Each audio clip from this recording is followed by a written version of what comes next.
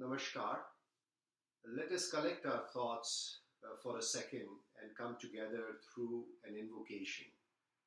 Om Sahana Vavatu Sahano Bhunaktu Sahaviryam Karvavahe Tejaswina Vadhitamastu Ma Vidvishavahe. Om Shanti Shanti Shanti. This invocation means let us together be protected and nourished. Let us work together to increase our welfare and let there be no discord among us.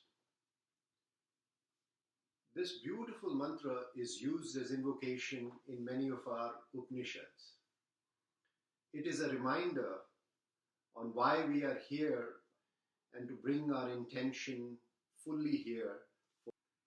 The question is it possible to be spiritual while being a capitalist? And is it also possible to be a capitalist while being a spiritual person? I named the talk The Monk Who Did Not Sell His Ferrari. You must have heard of the book by the title The Monk Who Sold His Ferrari by Robin Sharma, published in 1997. The title of the book hints at a fundamental difference we all have struggled in our lives. It's the conflict between material success and the spiritual journey. Or more fundamentally, it is about capitalism and spiritualism. The two systems, capitalism and spiritualism, appeal to most people in different ways and sometimes on different days. In our work life, we believe that the capitalism is the best system. We admire people like Steve Jobs and Mark Zuckerberg who ruthlessly follow their own selfish views of how the world works and have created amazing businesses. At the same time, we also admire Swami Vivekananda or Mother Teresa, who dedicated their life to serving other people through selfless service all their lives. So, are the two systems completely different ways of living? Is it necessary to sell your Ferrari if you want to be a monk? If we put our faith in capitalism, our spirit is left dry. We somehow feel that pursuing money is not our life's mission. We find it cheap, and particularly as we accumulate money, we find our passion for money is weakened. Selfish desires do not have the passion of a devotee. Money itself seems to give no satisfaction. It is at best means to satisfaction. On the other hand, if we put all our faith in spirituality, then are we to give up our iPhones, our internet-based free global calling, our knee surgeries, our luxury cars? For most of us, giving up these modern advances may be something aspirational, like running a marathon, but it's not really practical. Should we stop taking profits from our investments or salary from our job? Should doctors see patients for free or restaurants not charge for the food that they sell? Is self-denial essential to spiritualism? And if we still find selfish desires in us, does it mean that spirituality is not for us? What if I told you that deep understanding of both systems leads you to the same underlying truth? The one underlying unifying truth. That capitalist creed and spiritual journey lead you to the same realization. And that implementing that truth in your life will result in success both in capitalistic competitive world as well as contentment and end of suffering promised by spirituality. Let me start with a story. In ancient India, there was a traveling salesman who used to go door to door selling household goods. There lived a family which used to be very rich but had become poor due to early death of the head of the family.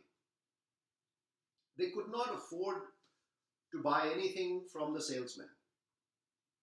One day, when the salesman was passing by, the woman of the house invited him in and asked him to look at a room full of black metal pieces and vessels. She offered to give the salesman some of the metal in return for some supplies. The salesman looked at the metal pieces and realized that they were gold coins and gold vessels, which had become blackened with soot over time. He thought to himself, "This woman is a fool. She does not know the true value of what she has. I can make so much money by selling this gold in the market." So he pretended as if the metal pieces were worthless. He said, "These metal pieces are not worth much, but maybe I can sell them as scrap in the town and I will bring you back a packet of food in return." The woman was grateful for any help. The salesman started doing this every day and made good profit. One day, another traveling salesman selling some clothes and some other material was passing through the town. The woman called out to him and offered the same black metal in return for a piece of cloth. This traveling salesman was an honest fellow. He looked at the metal pieces and realized that they were made of gold. He told the woman that the black metal was gold and worth a lot of money. The woman was shocked. She realized that the other salesman had been cheating her all along. She stopped doing any business with the first salesman and offered the metal pieces only to the second trader. The second trader was able to make much larger profit over many years. So which salesman was a better capitalist? The key idea of capitalism is that the best results are achieved when everyone looks out for their own self-interests. And the first salesman was acting in his own self-interest. Surely he earned the profit on his first transaction.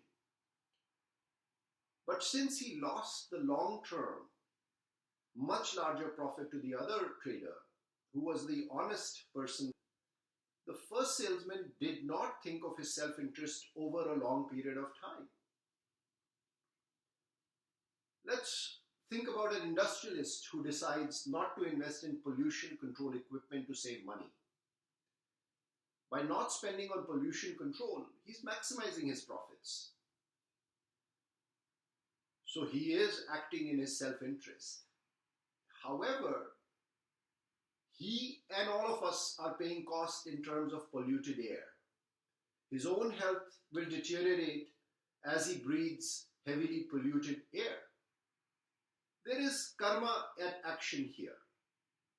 When you lie or cheat to maximize your self-interest, you also sow the seeds for your eventual long-term loss. When you maximize narrowly for yourself without realizing the interconnection between you and others and between you and the environment, you eventually will lose somewhere else. It is like trying to hold a water balloon tightly. If you press one side hard, it will pop out from the other side. The only way to maximize your self-interest over a long term is to follow a spiritual way of doing business. Don't lie. Don't treat others with a dishonest intention. Think of their interest while thinking about your interest.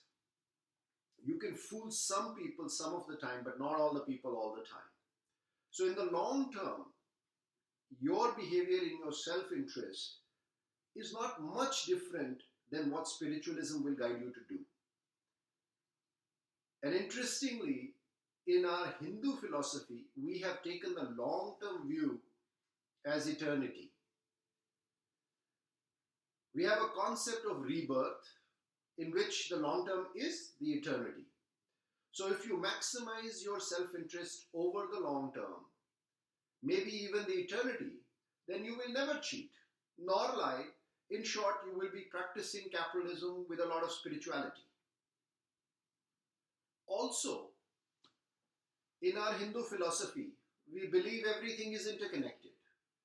So if you believe in these two concepts, eternal nature of our soul, as well as a universal consciousness behind every living thing, then the only way to conduct business is to be spiritual. Now, let us look at the other side. What does spiritualism tell us about the world? Here, the advice is to be selfless. The highest act is to serve others selflessly. Gita's central message is to act without selfish desires. So does that mean that as a capitalist, I can't follow Gita's message? Well, it's time for another story. Once there was a doctor who was very famous for his skill. He used to charge 100,000 rupees, 1 lakh for every surgery. But he had a spiritual bent of mind and used to do a lot of charity as well.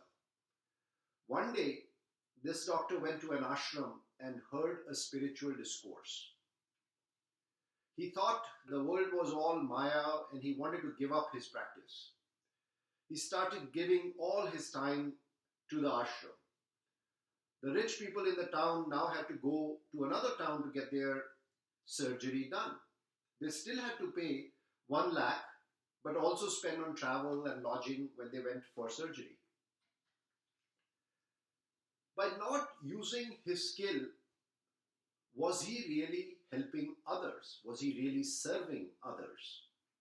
Maybe he got more peace by being at the ashram, but he did not serve others.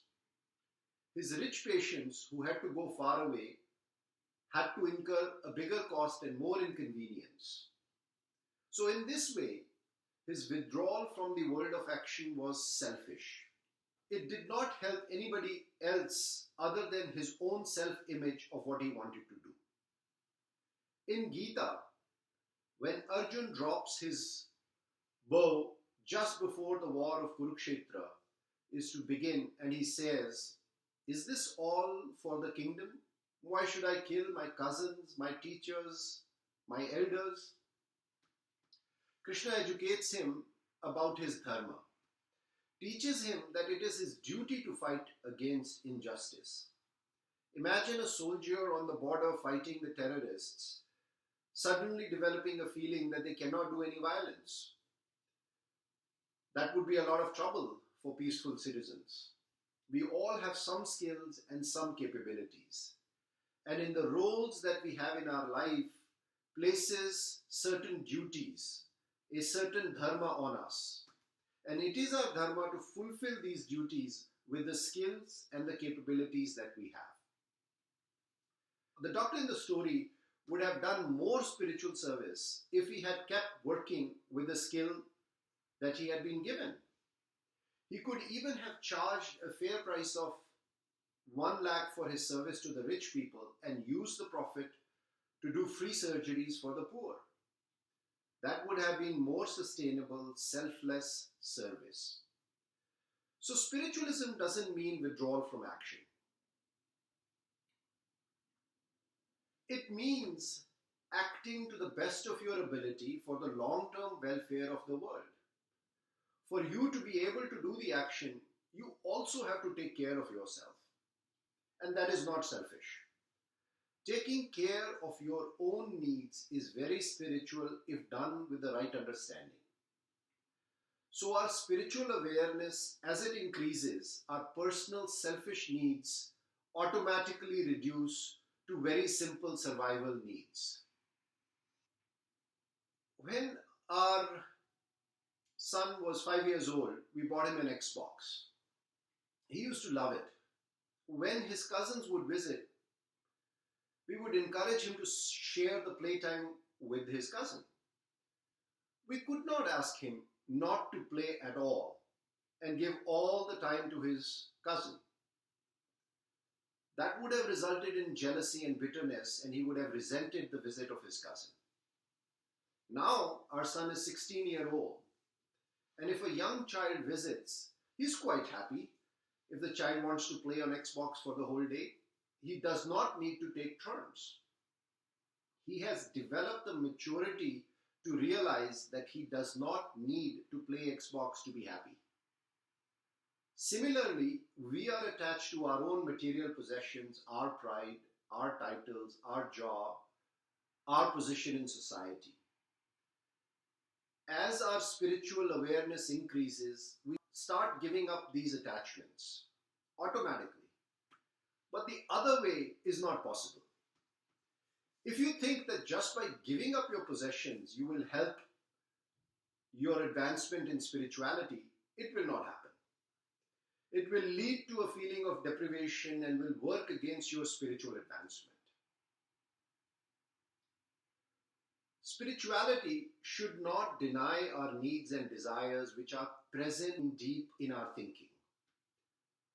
Denying needs and desires does not lead to spiritual growth.